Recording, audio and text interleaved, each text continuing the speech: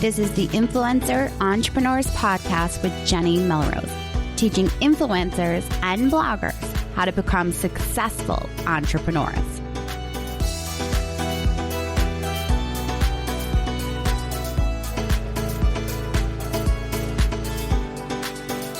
This is episode 107 of the Influencer Entrepreneurs Podcast with Jenny Melrose. Today, I am interviewing Jenn Slavich from Simple Email Marketing as well as Home by Jenn. And we are diving into how to build your email list. We're going to walk you through what we believe is the best email service provider and give you some tips and strategies to put in place so that you can start growing the email list that you deserve.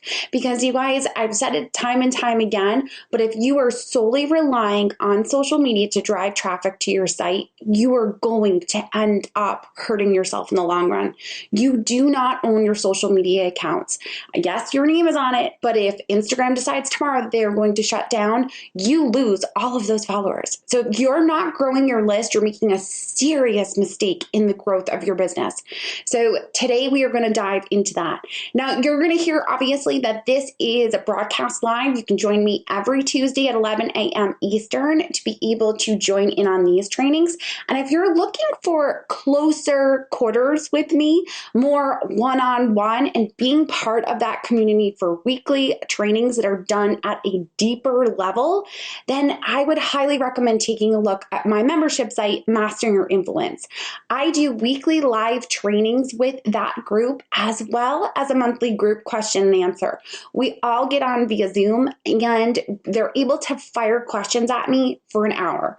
We have multiple bloggers in there, obviously, as well as experts in the industry that are able to answer questions as well as give their insight.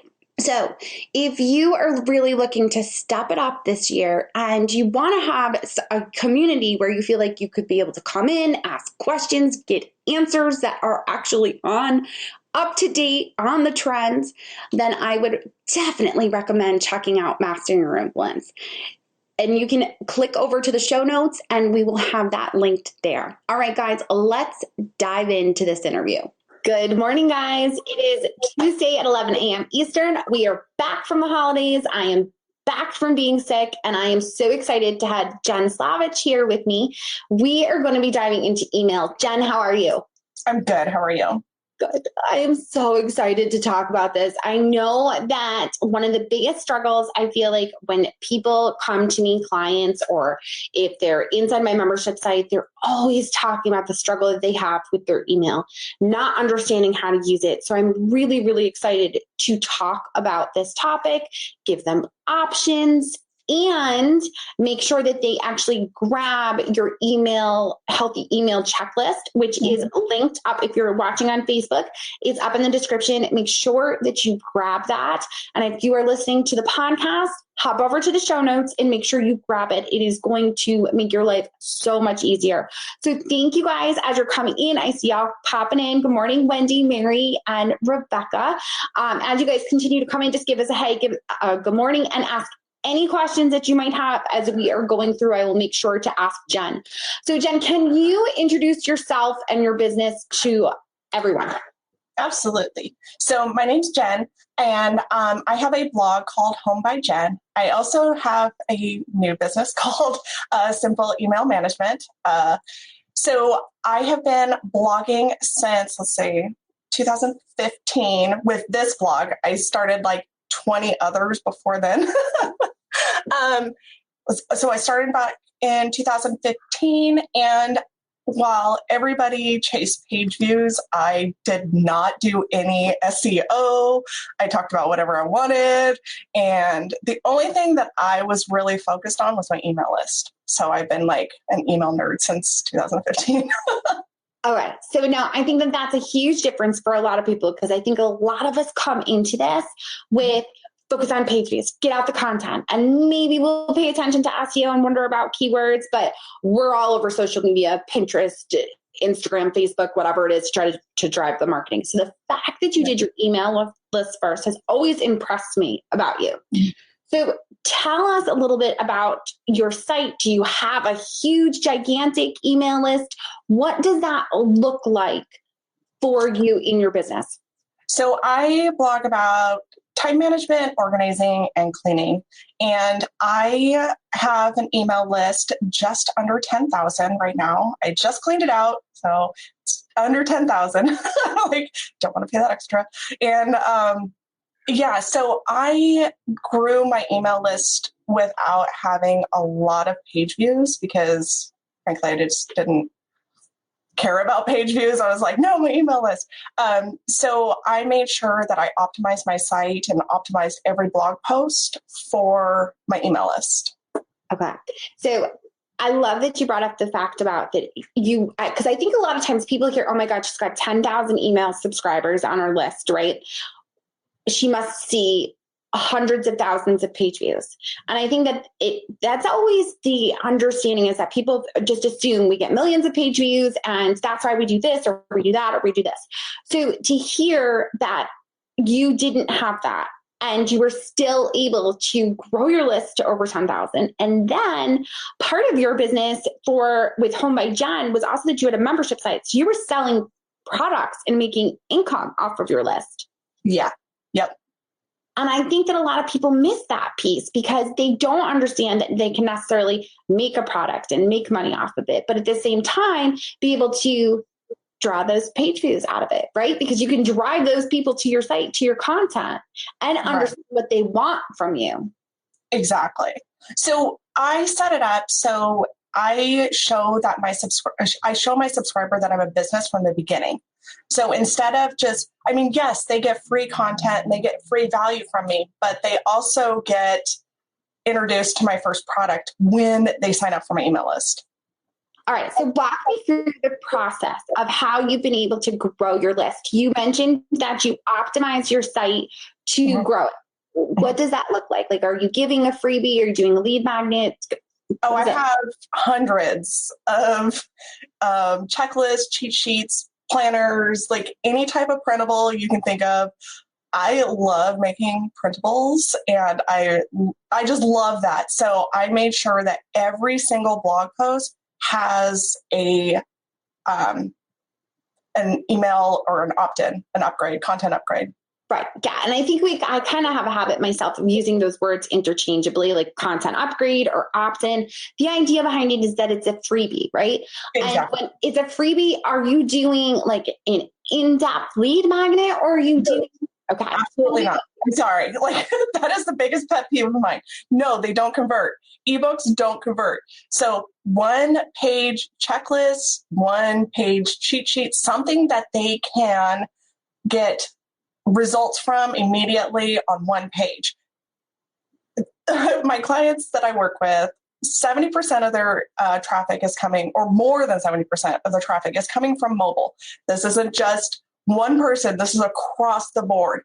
And nobody is going to put an ebook on their phone. They're not going to download an ebook on their phone. They might when they're on the computer, and that's fine, but they're not going to do that on their phone. Yes. So it's a checklist for like cleaning tips, right? Or and they're all so different. So, I have like 20 ways to save time, but I have an email or a blog post that there's like 10 tips, and then I give them an additional 10 in the for the email freebie. I have like cleaning schedules. I have a spring cleaning list. I have like how to organize under your kitchen sink. Like it's any type of blog post that I have, there's always something that goes along with it. I love that. And it just makes sense to be able to offer them a little something extra. You're not asking for them to pay for it, but it is an extra that isn't necessarily what the whole post is about. So I love that. Now, once you get them on their list, what happens? Well, so some of them go straight to a tripwire. Tell me what a tripwire is for those that don't understand. So they are offered my product at a really low discounted price for 15 minutes. After 15 minutes, they don't get access to that. And then they get sent into my welcome sequence. My welcome sequence is 5 emails over 10 days. Okay. And in those 9 days. It's 9 days, sorry. All right. In the 5 emails, what sort of things are you telling them? So the first one, okay. When they subscribe, then they get like a confirmation email. I don't count that as my first email. So let's just make that clear. Right. So the first email that they get from me after they confirm, that's when they get their freebie. It's a introduction. I introduce them to me, and I also give them more freebies at the in that email. Email number 2 is my popular posts. Email 3 is another freebie. Email number 4 is a tips and tricks to go along with the past freebie. And email number 5 is my favorite things. So I do affiliate links in my email 5. Okay. So the purpose of it is to warm them up. You get them on your good side right away because you're already giving them something for free when they first sign up. Then in the email sequence that you're sending them, you're giving them at least 2 more freebies plus sending them to valuable content. So it gives them a chance to really know, like, and trust you. And I think that that's the piece that a lot of us don't understand. Right. That we're so used to doing it on, using Pinterest and pinning something and then getting that traffic that there's no relationship, there's no engagement, there's no warming them up. They're coming through looking for a recipe or looking for how to do something. But with your email, you're given the opportunity to actually do that. All right. So we have the welcome sequence, 5 emails that are coming through. From there, after they're done with the welcome sequence, how often do you email your list? 2 to 3 times a week. Okay. And what are you emailing them with? So 2 of them are usually just blog posts. I only email about one specific thing. I don't give a newsletter that's like, oh, we did this and I blogged about that and then we did this. So it's like confusing, and really it's not about them. It's about you. And they're not going to be engaged in your list if it's all about you and not about them. So I really focus on hitting it home on how this blog post is going to help them in their home. And so that's 2. And then email number 3 of the week is a freebie. So I give out a freebie every week. Has nothing to do with the blog. I don't even have them click over to the blog. I just give them a freebie. Okay, so go back to what you said about the email that you're sending about the blog post. It's not simply, hey guys, here's the new blog post, go check it out. No, it's not. Okay. It is really about it is, hey, here's the new blog post, check it out. But why they need to check it out and how it's going to help them. It's all about them. It's not about you. If you could sit in front of your email and write it out so it's going to help them, you're going to get a higher open rate and a higher click-through rate. Okay. I love that. And a lot of times when I've talked about writing emails to my list, I have a habit of calling them newsletters only because I think it's just a term. It's not really a newsletter for what I'm writing. I'm not giving them multiple links, like you said, to this is new and this is new and this is new, and necessarily confusing them. Right. But when I write my emails, I'm trying to connect with them and tell a story that hits on the pain points, like you talked about, that email that I'm trying to get them to click over, whatever I'm trying to get them to click over to is going to solve that problem for the pain points that I've hit on in that email, which is I feel like exactly what you're telling me that you do. You tell them that this is how it's going to help them, right?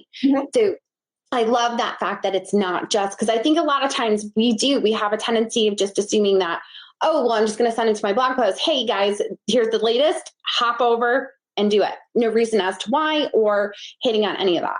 Right. And the fact that your blog posts are so written for Google that you can't be personable really in your blog post. This is where you can add to why you had to grab the baking soda and get that stain out of the carpet like ASAP, so you can so they can relate to their home and what's going on in the background of their home and their life. So here's a question that I have for you, going back to the welcome sequence. Mm-hmm. You said that you do organizing, DIY, and cleaning. They're not all necessarily, it's not really the same, right? I mean, they're kind of related to tidying up, more or less. Notice how I'm using tidying up because I'm brainwashed by Netflix. I'm so obsessed with her right now. I am. I don't know what it is with my obsession with that show right now.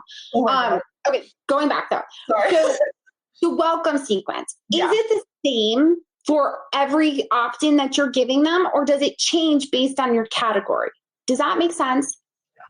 So it doesn't actually change. I tried, but I don't want to welcome somebody in if they're already on my list. And that's where I kind of struggled. And, because I actually had a welcome sequence for time management, for DIY, for cleaning, for organizing. So I had welcome sequences, but then somebody emailed me once and said, hey, I already know who you are. Why are you doing this? And I was like, oh my gosh, you're so right.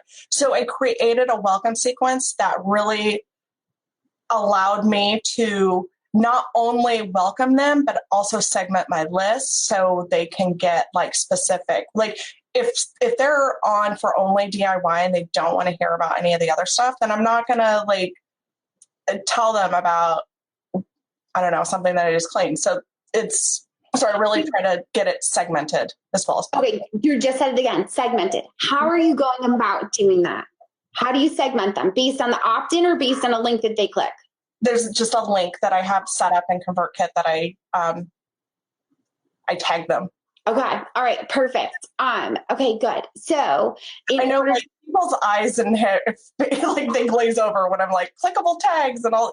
So you mentioned something, and I apologize for the background noise. I don't know what he's flipping out about right now. He doesn't ever normally do this. So I'm going to stay on focus here. You said ConvertKit. So that was actually my next question, because I think that there's always questions about an email service provider who can, does exactly what we're looking for.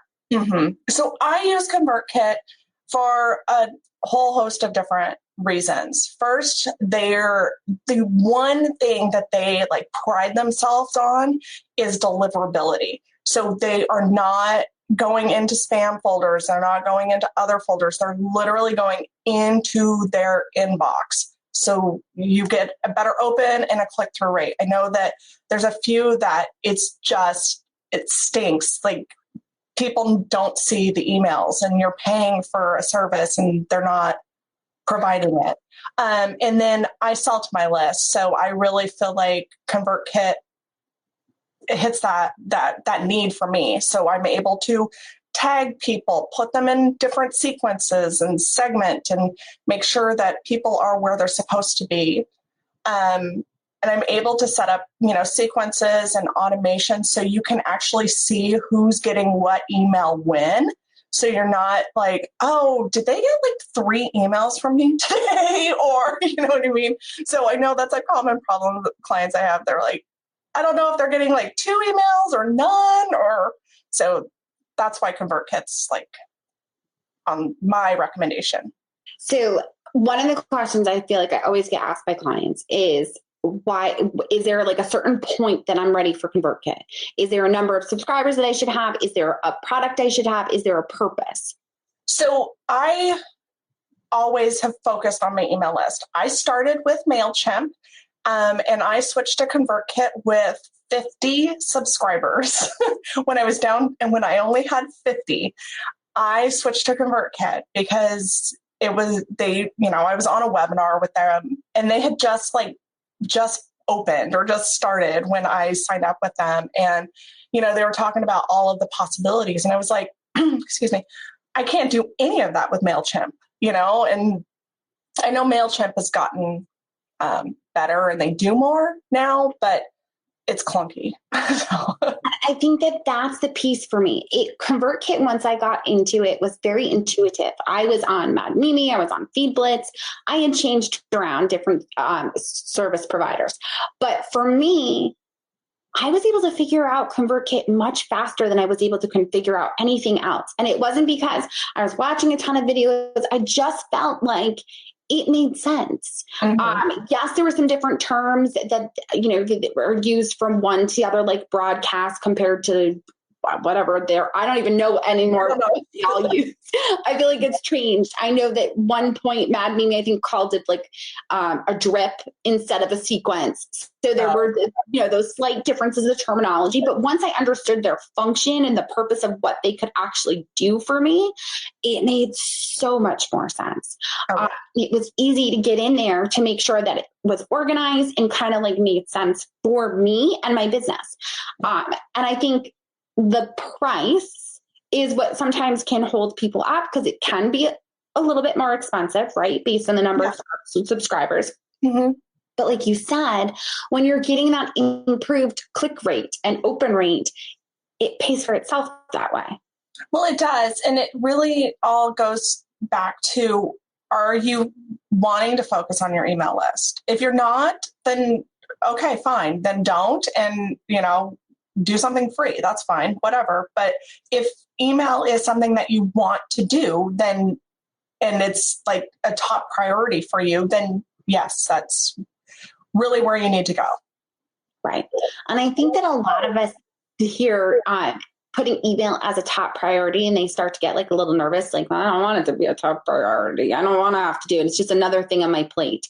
Of course. But I think I talked about it a little bit today, actually, inside the membership site about knowing your audience and how you really can do not be email. It's the only thing that you own. Everything else can go away. Your social media, as well as Instagram stories. Pinterest did their algorithm change. Google did theirs. Facebook is like killing people who used to get like hundreds of thousands of people on their site. And now they don't get any. It's like, Yes. So knowing constant. Yes, absolutely. Sophia actually just jumped in and said that her click and open rate skyrocketed with ConvertKit. Yep, so, exactly. And that's it right there. Like if you can get that, it's all about getting them to open it and then click through, right? Because our inboxes are all really noisy. Everything is noisy. Social media is noisy. So to get their attention is key. And just getting into it and not ending up in a spam folder makes a difference.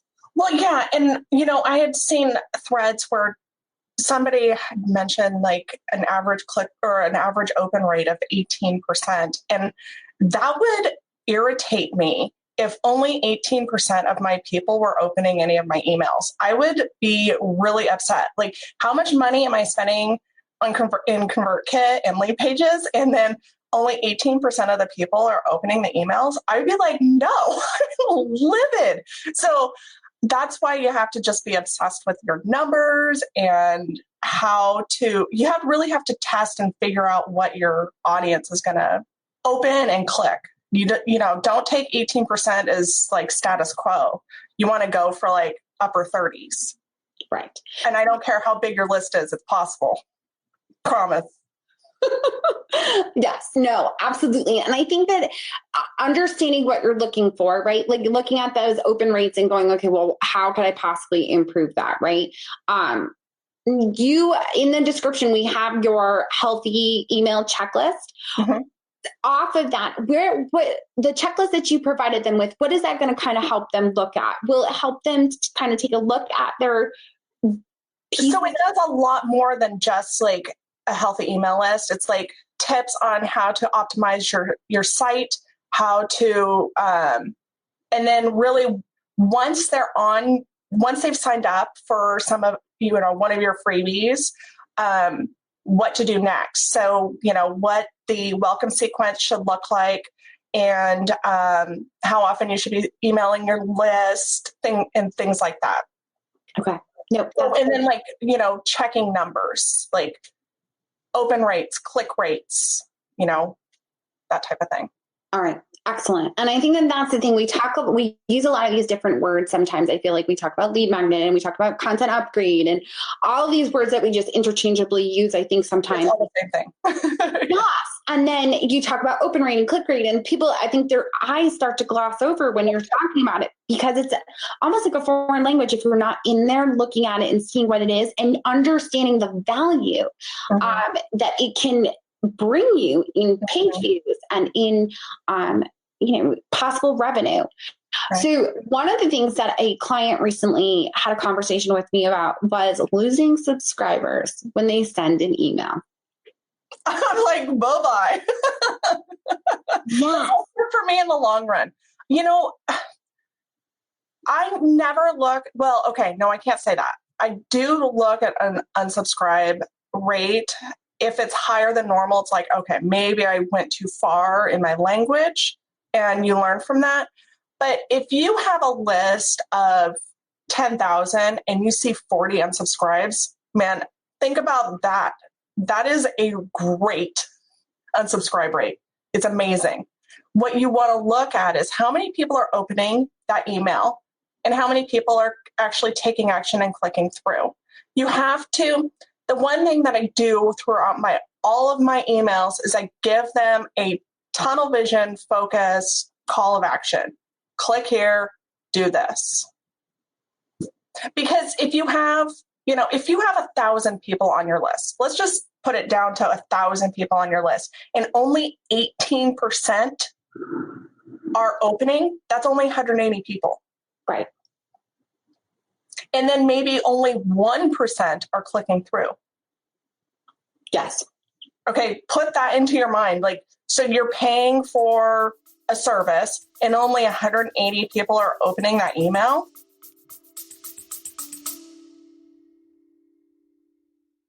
Whether you're a seasoned podcaster or just thinking of starting a podcast, you need to listen to Buzzcast from the folks at Buzzsprout. Here we go! Buzzcast covers everything a podcaster should know, from marketing strategies and how to make money from your podcast to the latest and greatest tech and industry insights to keep you on the cutting edge.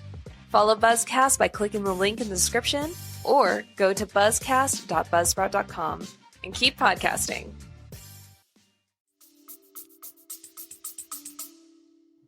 Right. And then only 1% are clicking over. Absolutely. Yeah. Right. So paying attention to those numbers, really taking a look at what it is that you're doing to improve the open rate and the click-through rate, and looking at this just like we look at Google Analytics. We all look at analytics and we figure out what content is working and what pins are working and why that pin isn't working. You have to look at your list the same way. And it doesn't have to be so hard. You just have to start to feel comfortable and take a look at it and have that from an analyst standpoint, I feel like. So we've talked about the checklist. Everybody needs to make sure that if they are listening to podcasts, go over to the show notes, make sure that you download that. Jenn, where else, how can they get in contact with you? Because you obviously offer services, you offer help with launching, which I am very excited to be a client of yours for that. Finally getting some help in doing my launches instead of trying to do it all by myself. And also you help with email management. You have a lot of services that you offer. So where is the best place they can get in contact with you?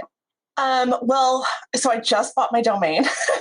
I'm waiting for Robin to build my site. So, but she's on vacation. So emailing me, and also, so my website, homebyjen.com, 2 N's. There is a tab up on top that says services. Yes. You can also email me, very simple, Jenn, 2 N's, at homebyjen.com. And then I have Facebook Messenger. Perfect. So we will make sure to put your email in the show notes so that people can get in contact with you. I'm sure I use you for your management services, but also obviously for launching, and you have lots of different options for people at the right size so that if they were looking to move over or what they were looking to do with their list. So one last question actually just came in. Deb said, when I send out an email blast, I usually include my hero paragraph from the top of the blog. Do you think instead I should include the first paragraph of my story? I think that you should try both and see which one works. So when you set up in a broadcast, a newsletter, just a email blast, whatever language you want to call it, it's all the same. When you're sending out an email, you want to make sure that the link is in the first 2 sentences to the blog post, because people glaze over, they skim blogs or they skim emails just like they do blog posts. So try that. You could try both, but link within the first 2 sentences, and try buttons, try other things, just, But as far as reaction, you want to see how many people click through on each one. So I would try one for a month and try the other for the next month and see which one is the winner. Okay. I love that suggestion. It is all about testing. And like you said, it's at least a month for one and a month on the other, not one email and another email. Yeah, not one email, because it might be something that, people aren't interested in, one email. And then the other one, everybody's interested in. And then it's like, oh, well, this worked. And then it really didn't. So I'm all about, your email list isn't going away in a month, right? It's sticking around. So just test for a month and see what works. I love that. I can never say, oh, do this. I don't know. Like, my audience changes too, and I have to switch things up. But and like Deb said, that suggestion that you said about having it in the first 2 sentences, the link to click through, awesome thing to test out. It's easy enough to change that up and see how that works. And it's something that you're obviously seeing results from. So I love that. It's a great suggestion. And then also down, Deb, do a PS at the bottom of your email to another link to the post, but only talk about one thing within that newsletter. Yes. Don't to multiple recipes, same recipe that you're talking about up top that you're talking about in the bottom that you're linking to. Right. The only time that's good is when you're segmenting. So, I have different, I do a popular post, but I'm also segmenting along with one. So, there's a method to my madness on that. But yeah, tunnel vision. And if you have to send out, well, Deb, you're good about sending out emails. I know that. If you blog 5 times a week and you want to send out a email 5 times a week, there's no rules on how often you can need to send to your list. Right. Don't think about bothering them. Think about the 20 million other bloggers that are trying to get their attention and stay in the front of their mind. Right. And provide them with value. That's what you're doing. You're creating free content for them. I think we forget that. We feel like we're promoting, but in reality, you've created free content they're not paying for that is valuable and solving a problem. We need to stop worrying about that we're bothering them. Well, you also have to, one thing that I think most bloggers have a problem with is they are so used to all of the free content that our audience thinks, well, I'll just go to another blog and get it for free. Why should I pay from you? When you introduce yourself as a business from the beginning, your conversion rates on sales are going to be a lot higher. Very smart. And that's why you offer your tripwire at that special price in the very beginning. Right. It's $5, but you know what? It's like, it'll sit on my computer for nothing, or it'll be $5, Right. Yes. No, absolutely. Jenn, this has been super helpful. I appreciate you taking the time to talk with us. Emails all day long. I know you could. If you haven't grabbed her checklist yet, make sure that you do pop over to the show notes or just grab it up in the description if you're live with us on Facebook. We will be back next week. I appreciate you so much, Jenn, for joining in. Thank you. Thanks so much, Jenny. This is fun. I love it. All right. I'll talk to y'all soon. As you could probably tell, Jenn and I could have continued this conversation, and we actually plan to, because Jenn is my monthly expert for inside my membership site, Mastering Your Influence. Now, if you thought that this was good information, you should definitely join into the membership site. Or if you already are a member, wait until you hear what she's going to be sharing. It is going to give you a ton of information. It's going to give you that deeper dive that you may need. We kind of did the surface level, right? Now we're going to take a deeper dive into what exactly the email is, how we can actually grow it, and specific strategies to put in place when you are sending your emails. So if you are looking to step it up in your business, definitely join me in Mastering Your Influence. enrollment is open now. Click over to the show notes and we will have a link there so that you can join in. You guys, I appreciate you all so much. The reviews that you leave on iTunes help me get found in search by other bloggers and influencers that are looking to grow your businesses. I especially appreciate it when you leave a review, and I also love it that when I see you watching the podcast and tagging me on Instagram. You can tag me at Jenny_Melrose. I look forward to being able to share how you were listening, where you were listening, whether you are running in the pool. Yes, I've had someone share that they were listening to the podcast while running in the pool. Or if you're out for a run or you're just driving on a road trip, being able to see those and see how you were listening in which episodes means the world to me. So please continue to share those. And as you know, I'll reshare them as well as send you a personal message. All right, guys, until next time, I will see you all then.